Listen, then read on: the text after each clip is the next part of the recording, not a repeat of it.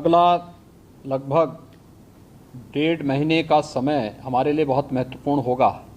इसमें 9 या 10 को जो भी मुस्लिम धर्मगुरु घोषित करेंगे उस दिन उनकी बकरीद का कार्यक्रम संपन्न होगा पूरे प्रदेश के अंदर। पर्व और त्यौहार कोई भी हो, शासन की जिम्मेदारी बनती है वहां पर सुविधा देना और सुरक्षा का बेहतर माहौल देना। कोई भी पर्व और त्यौहार हो परंपरागत तरीके से हो, परंपरा से हटकर कुछ भी हम न होने दें। आयोजकों के नाम नोट करें, आयोजकों से हम लोग एप्लीकेशन जरूर लें और उनसे सुनिश्चित जरूर कराएं। हमने गृह विभाग को भी मैंने एक परफॉर्मा उपलब्ध करवाया था कि उसे हर एक जनपद में उपलब्ध कराएं और उसी के माध्यम से अनुमति भी सुनिश्चित कराएं।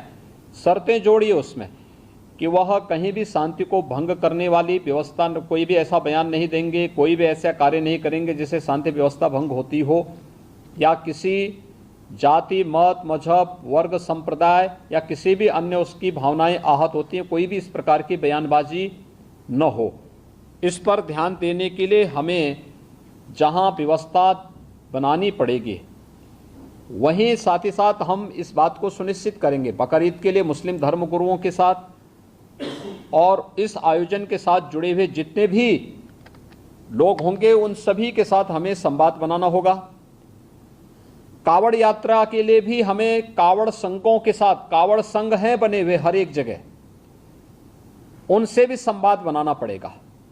अगर हम उसी स्तर पर संवाद बनाएंगे तो बाद में जब ये भीड़ इकट्ठी होती है तो उस समय समस्या नहीं खड़ी होती है, तब ये कार्यक्रम एक रूटीन का हिस्सा बन जाता है, फिर उसमें कोई समस्या पैदा नहीं होती है।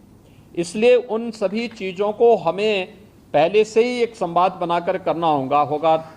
मुहर्रम के अवसर पर भी मुहर्रम से जुड़े हुए जो अलग अलग ताज़िया लेकर के जाते हैं उनके साथ पहले से संवाद होना चाहिए।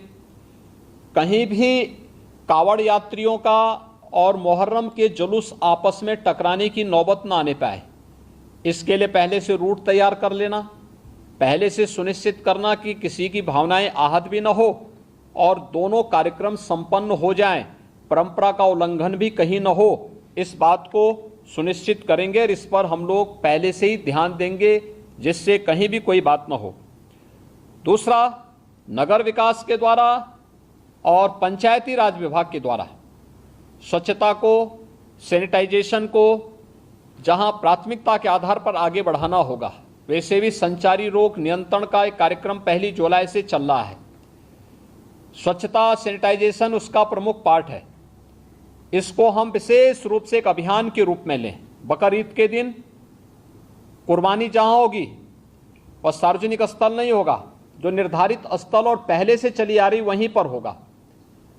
हम सुनिश्चित करें कि यह स्थान कोई सड़क, कोई चौराहा या कोई ऐसा सार्वजनिक पार्क या कोई ऐसा स्थल न हो जहां को लेकर के अनावश्यक विवाद हो।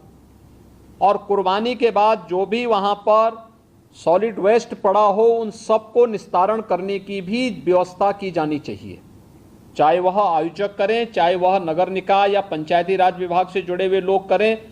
इस व्यवस्था को पहले से सुनिश्चित होना चाहिए कि कुर्बानी के तत्काल बाद उसकी सफाई की व्यवस्था भी हो जाए जिससे गंदगी न होने पाए।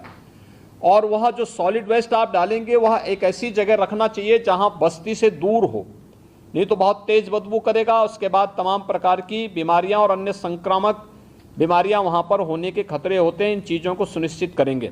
उसको पानी में बहाएंगे भी नहीं, ये भी सुनिश्चित करेंगे। जल जमाव न हो कहीं भी नगरीय क्षेत्र में, चाहे वह बकरीद से जुड़े हुए आयोजन हो, कावड़ यात्रा से जुड़े हुए हों, नाग पंचमी के कार्यक्रम हो, या फिर श्रावण पूर्णिमा के या सावन जो मेला लगता है अयोध्या में, कहीं भी जल जमाव न हो, इस बात को भी हमें ध्यान में रखना होगा। शुद्ध पेयजल की आपूर्ति के लिए भी विशेष व्यवस्था देखनी पड़ेगी।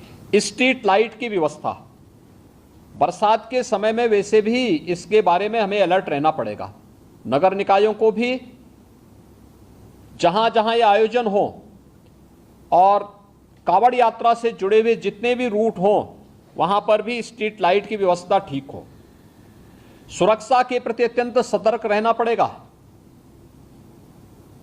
पेट्रोलिंग बढ़ाना पड़ेगा, सोशल मीडिया पे नजर रखनी पड़ेगी, और कोई भी व्यक्ति भड़काऊ बयान देता है या कोई भी ऐसी बयानबाजी करता है जो सुरक्षा के लिए या किसी समुदाय की भावनाओं को आहत करके उसे भड़काने की कार्रवाई कर रहा है, तो हमें कार्रवाई करने से हिचकना नहीं चाहिए और बहुत सख्त कार्रवाई उन स्थितियों में हमें करनी चाहिए। दूसरा, विद्युत विभाग से जुड़ा हुआ है, जिसमें विद्युत की आपूर्ति अनवरत बने। जर्जर पोल और तार को पहले से हम रिप्लेस कर लें, उसका मरम्मत आदि का काम कर लें, जो भी हमें करना हो उसको हम कर लें। सड़कों की मरम्मत सुनिश्चित कर लें। मीट मछली कावड़ यात्रा की रूट पर न हो, अच्छा होगा। अनावश्यक उसके कारण उत्तेजना पैदा हो सकती है, या उस रूट पर कोई ऐसा कार्य न होने पाए, क्योंकि कभी कभी लोग शरारतन कर देते हैं कि उस रूट पर ही किसी प्रतिबंधित पशु को मार करके फेंक देते हैं, जिससे वे लोग उत्तेजित हो सकें, क्योंकि जो शरारती तत्व हैं वो हर प्रकार का संभव प्रयास करेंगे। हमें उसके प्रति सतर्कता बरतनी चाहिए। ऐसे ही वह जो कार्यक्रम जो भी हो परंपरागत तरीके से हो, कुर्बानी प्रतिबंधित स्थलों पर न हो, या कावड़ यात्रा भी परंपरागत रूट से ही जाए, परंपरागत रूट से हटकर जाने की परमिशन हम कतई न दें, और पहले से हम उन सब के साथ संवाद बना लें कि जबरदस्ती जो रूट नहीं है उस रूट पर जाने का कोई भी प्रयास न करें। इन बातों को हम सुनिश्चित करेंगे हर जनपद में, और जहां पर इन सभी कार्यक्रमों के लिए हो विशेष कंट्रोल रूम की स्थापना करके निश्चित उसकी वहां पर नियमित समीक्षा भी की जानी चाहिए। प्लास्टिक फ्री सभी आयोजन हो, जैसे कावड़ यात्रा निकलेगी या मुहर्रम के जुलूस निकलेंगे, अगर वे परंपरागत रूप हैं, हमारा प्रयास होना चाहिए कावड़ यात्रा हो या फिर मुहर्रम के जुलूस, अस्त्र शस्त्र कोई लेकर नहीं जाएगा। पहले से हम सुनिश्चित करेंगे, हम संवाद बनाएं। त्रिशूल लेकर के भी कावड़ यात्रा में कोई जाता है तो पहले से उसको जानकारी देनी होगी, उस व्यवस्था के साथ बताइएगा। लेकिन कोई नंगी तलवार लेकर के जाएगा, इसकी अनुमति मत दीजिए। छुरा लेकर के जाएगा, इसकी अनुमति मत दीजिए। एयरगन लेके जाएगा, इसकी अनुमति मत दीजिए। अनावश्यक रूप से भावनाएं आहत न होने वाली कोई भी ऐसी हरकत प्रशासन के स्तर पर भी न हो, और कावड़ संघ हो या मुहर्रम के जुलूस हो, अस्त्र शस्त्र का प्रदर्शन न हो, यह भी हम सुनिश्चित करेंगे। इसे एक निश्चित वॉल्यूम में ही बजना चाहिए, और संवाद बना करके हम इस बात को सुनिश्चित करेंगे। हम प्रतिबंधित नहीं करेंगे, लेकिन उसको संवाद बना करके एक निश्चित वॉल्यूम में बजाने की परमिशन देंगे। और उसमें केवल अगर कावड़ यात्री हैं तो कावड़ यात्री इस बात को सुनिश्चित करेंगे कि वे उसमें केवल भगवान शिव से जुड़े हुए भजन ही बजाएंगे। कोई ऐसा फिल्मी गाना नहीं बजाएंगे जिसके कारण अनावश्यक रूप से माहौल खराब होता हो और धार्मिक भावनाएं एक सामान्य भक्त की आहत होती हो। यह भी हमें कावड़ यात्रियों से पहले से ही संवाद बना करके उनसे आग्रह करना चाहिए। ऐसे ही मुहर्रम के जुलूस में भी वे लोग डीजे बजाएंगे, हम सुनिश्चित करें उसकी वॉल्यूम को कंट्रोल करें। अनावश्यक रूप से ढोल और ताशा बजा करके शोरगुल उतना न बचाएं जो कान फोड़ू हो जाए, और कान फोड़ू व्यवस्था को हमें रोकना पड़ेगा, हर हाल में रोकना पड़ेगा। अस्त्र शस्त्र का अनावश्यक प्रदर्शन नहीं करेगा कोई, और हरेक जितने भी ऐसे लोग होंगे जो जुलूस का नेतृत्व करेंगे, उनसे लिखित एफिडेविट भी आप लोग ले लेंगे स्थानीय स्तर पर पहले से व्यवस्था बना करके। तो पर्व और त्योहार में कोई खलल डालने का प्रयास नहीं करेगा, उसके नाम पर शांति भंग करने का दुस्साहस भी कोई नहीं करेगा।